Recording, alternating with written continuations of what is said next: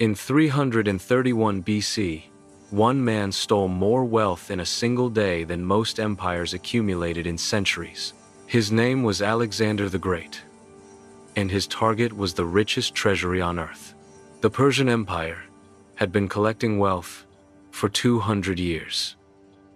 Gold, silver, art treasures from across Asia sat in vaults at Persepolis. This is how Alexander stole $100 billion and changed history forever. The Persian Empire, in 331 BC, was the richest civilization in the ancient world. For over 2 centuries, Persian kings had collected tribute from conquered nations. From Egypt to India, wealth flowed into the royal treasuries. The capital city Persepolis held the greatest concentration of wealth ever assembled. Gold and silver from Cyrus the Great's time, 200 years earlier. Historians estimate the treasury held 180,000 to 200,000 talents. A single talent of silver was worth roughly 6,000 days of skilled labor. In modern terms, the Persepolis treasury was worth over $100 billion. But this treasure wasn't just sitting unguarded in a vault. The Persian Empire still had armies, fortifications, and loyal defenders. Alexander the Great had been conquering Persian territories since 334 BC. At age 22, he had inherited Macedonia's throne and his father's ambitions. His goal was simple: destroy Persia and claim its wealth. In 334 BC, Alexander won his first victory at the Granicus River. This opened Asia Minor to conquest and gave him access to Persian coastal cities. In 333 BC, at the Battle of Issus, Alexander faced King Darius himself. Darius commanded a massive army and believed Alexander would be crushed. Instead, Alexander's tactical genius overwhelmed the Persian forces. Darius fled the battlefield, abandoning his family and royal treasury. Alexander captured the Persian royal family and Darius's personal wealth. But the real treasure, the accumulated wealth of centuries, remained at Persepolis. Alexander marched through Syria, Phoenicia, and Egypt, securing his conquests. By 331 BC, he was ready for the decisive confrontation. At Gaugamela, Alexander faced Darius again, with an even larger Persian army. Darius had assembled forces from across his empire, perhaps 250,000 men. Alexander commanded only 47,000 troops, outnumbered 5 to 1. But Alexander had a tactical plan that would win the battle in hours. He used an oblique approach, angling his advance to thin the Persian line. When a gap opened in the Persian center, Alexander personally led his cavalry wedge. The companion cavalry smashed through directly toward Darius's command position. Darius, seeing Alexander charging at him with unstoppable force, panicked and fled. The Persian king abandoned his army for the second time. With their king fleeing, the massive Persian army collapsed into chaos. The victory at Gaugamela opened the entire Persian heartland to Alexander. The great cities of Babylon, Susa, and Persepolis now lay exposed. Babylon surrendered immediately, and Alexander seized 40,000 talents of treasure. At Susa, another 50,000 talents of gold and silver were captured. But these were nothing compared to what waited at Persepolis. Persepolis was the ceremonial capital, the heart of Persian power and pride. The city contained palaces built by Darius the Great and Xerxes. More importantly, it held the central royal treasury with 2 centuries of accumulated wealth. Between Susa and Persepolis stood a final obstacle: the Persian gates. This narrow mountain pass was defended by the satrap Ariobarzanes. With only 40,000 troops, Ariobarzanes held the pass for a month. The Persians had blocked the pass with walls and stationed archers on the cliffs. Alexander's initial assault failed with heavy casualties, a rare setback.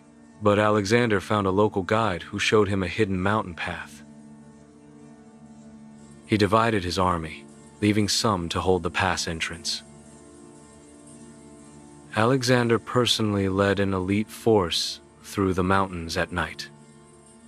They emerged behind the Persian position at dawn, completely surprising Ariobarzanes. Caught between two Macedonian forces, the Persians were crushed. Ariobarzanes died fighting to the last, and the road to Persepolis opened. In late December 331 BC, Alexander's army reached Persepolis. The city's governor, Tiridates, saw resistance as futile and opened the gates. He had been in secret contact with Alexander, betraying the Persian cause. Alexander entered Persepolis without a fight and immediately went to the treasury. What he found exceeded even the wildest stories about Persian wealth. The treasury vaults were filled with gold and silver accumulated over 2 centuries. Ancient sources record finding 120,000 talents of gold. 65,000 talents of silver sat in addition to the gold. Counting both metals together, approximately 200,000 talents total. To put this in perspective, this was equivalent to over 100 billion modern dollars. It would fund Alexander's entire empire for decades to come. The treasury also contained works of art, jewelry, and precious objects from across Asia. Persian artisans had created masterpieces that represented centuries of craftsmanship. Alexander needed 5,000 pack animals just to transport the basic treasure. Mules, horses, and 3,000 camels were assembled from across the region. The logistics of moving this wealth took months of careful organization. But Alexander faced a strategic problem: what to do with Persepolis itself. Leaving the city intact meant enemies could recapture it and the remaining treasures. The Persian nobles had not yet accepted Alexander as the legitimate ruler. 4 months after seizing the treasury, Alexander made a controversial decision. During a drunken celebration, someone suggested burning the Persian palaces. Some sources blame Thais, an Athenian courtesan and lover of Ptolemy. Others say Alexander planned it deliberately as revenge for Persian invasions of Greece. 150 years earlier, Xerxes had burned Athens during the Persian Wars.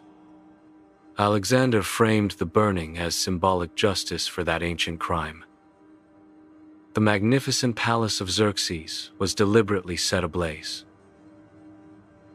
The Apadana, the great audience hall, was also destroyed. The treasury building itself was burned to prevent any future use.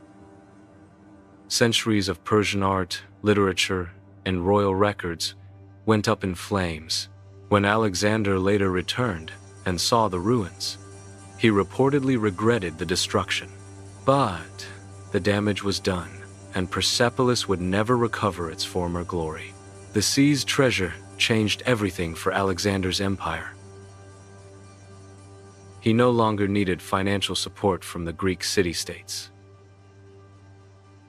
He could fund his army, pay his soldiers, and finance new conquests independently.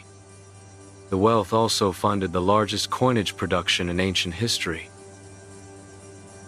Over 100,000 talents were eventually minted into Alexander's coins. These coins spread Greek culture and economic systems across Asia. The monetization of this hoarded wealth stimulated trade throughout the region. Alexander's conquest and the Persian treasury seizure ended the old economic order. The ancient world shifted from Persian-dominated systems to Greek commercial networks. The Hellenistic age that followed was built on the wealth Alexander had stolen.